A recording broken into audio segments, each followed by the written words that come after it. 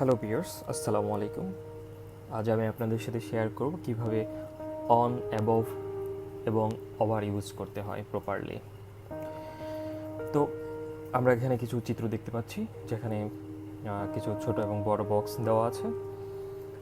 তো ফার্স্ট চিত্রর ক্ষেত্রে আমি যেটা বোঝাতে চাচ্ছি যে যখন আমরা একটা ছোট বক্স দেখব, কোনো বড় বক্সের উপরে থাকবে এবং স্পর্শ অবস্থায় থাকবে, তখন সেক্ষেত্রে আমরা অন ইউজ করব। হ্যাঁ, এভাবে এখানে আমরা অন ইউজ করব। For example, the books are dash the table, the books are on the table. Why we used on? এখানে আমরা অন ইউজ করেছি বিকজ বইগুলো টেবিলের চাইতে অনেক ছোট, যে কারণে আমরা অন ইউজ করেছি। তো সেকেন্ড যে আমরা চিত্রটা দেখতে পাচ্ছি, সেকেন্ড যে চিত্র, সেখানে আমরা দেখতে পাচ্ছি যে উপরের বক্সটা ছোট এবং নিচের বক্সটা বড়, কিন্তু তাদের সাথে কোনো স্পর্শ নেই, তারা অস্পর্শ অবস্থায় আছে। তাই আমরা এই ক্ষেত্রে অ্যাবভ ইউজ করব। Like for example, the fan is above my head. Then another example, the light is above my head.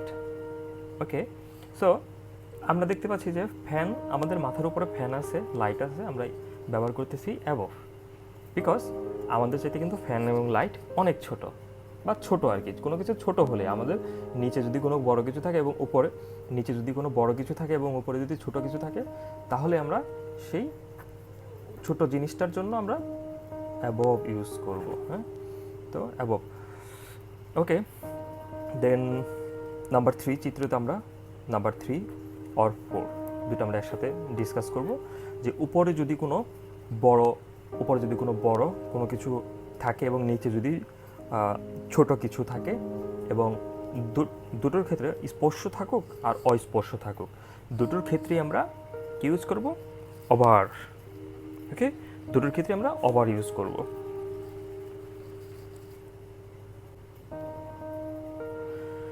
For example, the bedsheet is dash the bed. The bedsheet is dash the bed. কী হবে এখানে? যে the bedsheet is over the bed. কেন over use করেছি? এই যে এখানে যদি কোনো বড় কিছু একটা ছোট কিছুকে কাভার করে, তখন সেটা ওভার হবে। লাইক বেডের চাইতে কিন্তু বেডশিটটা বড় হয়, তো বেডশিটটা এই জন্যই ওভার হয়েছে। ওকে, দেন নেক্সট ওয়ান, যে 4 নম্বর চিত্র, এখানে বড় কিছু আছে এবং নিচে ছোট একটা কিছু আছে, কিন্তু তাদের মধ্যে কিন্তু স্পর্শ নেই। উপরেটা কিন্তু স্পর্শ ছিল, বেডশিটটা কিন্তু বেডের সাথে স্পর্শ করে থাকে, যে কারণে এখানে হচ্ছে the bedsheet is over the bed. এবং এখানে যদি দেখি যে 4 নাম্বার যদি দেখি আমরা, যে এখানে স্পর্শ নেই, অস্পর্শ অবস্থায় আছে। তো অস্পর্শ অবস্থায় যখন থাকবে এবং উপরে বড় কিছু এবং নিচে একটা ছোট, তখন সেক্ষেত্রে আমরা ওভার ইউজ করব। যে the roof is over my head. কেন ওভার এখানে? The roof is over my head, আমার চাইতে আমার রুফটা কিন্তু অনেক বড়, এবং রুফটা কিন্তু আমাদেরকে কভার করতেছে। হ্যাঁ, এর যে কারণে আমরা ওভারটা ইউজ করেছি এখানে, the roof is over my head. তো এখানে একটা এক্সেপশনাল একটা রুলস ইউ ক্যান সে, তো এটাতে বলা হয়েছে যে সীমার বাইরে যদি কিছু থাকে তাহলে অ্যাবভ ইউজ করতে হবে। Like the sun is above me, the sky is above me. মানে এটা কিন্তু আমাদের সীমার বাইরে। সান, স্কাই, মুন, এগুলোর ক্ষেত্রে আমাদের অ্যাবভ ইউজ করতে হবে, আমাদের চাইতে অনেক দূরে, সীমার বাইরে।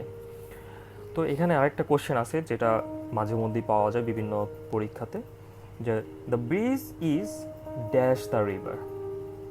কেউ কি গেস করতে পারতেছেন যে এখানে আসলে কি ইউজ করা যেতে পারে?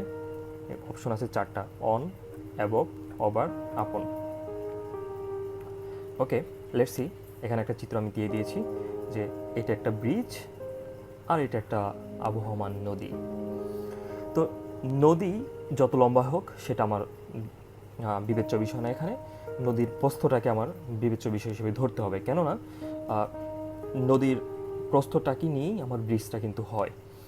তো ব্রিজটা কিন্তু, নদীর প্রস্থ যত বড়ই হোক না কেন, ব্রিজটা কিন্তু তাদেরকে কভার করবে। হ্যাঁ, ব্রিজটা কিন্তু তাকে ব্রিজটা কিন্তু কভার করবে। তো এখানে ব্রিজটা কিন্তু নদীর প্রস্থের চাইতে বড়। যখন বড় কিছু একটা ছোট কিছুকে কভার করে, যখন বড় কিছু, আমরা এখানে চিত্রের দিকে আসি একটু, যখন বড় কিছু ছোট কিছুকে কভার করে, হ্যাঁ, যখন বড় কিছু ছোট কিছুকে কভার করে, সেটা আইদার স্পর্শ থাকুক অর অস্পর্শ থাকুক। ওকে, বড় কিছু ছোট কিছুকে কভার করে, তখন আমাদের কভার ইউজ করতে হবে। So number 3 is correct answer, over. The bridge is over the river. I hope যে অন, ওভার এবং অ্যাবভের যে ব্যবহার সেটা আপনাদের এখন অনেকটাই ক্লিয়ার হয়ে গিয়েছে। যদি কোনো কোশ্চেন থাকে আপনারা কমেন্ট করতে পারেন। Thank you everyone.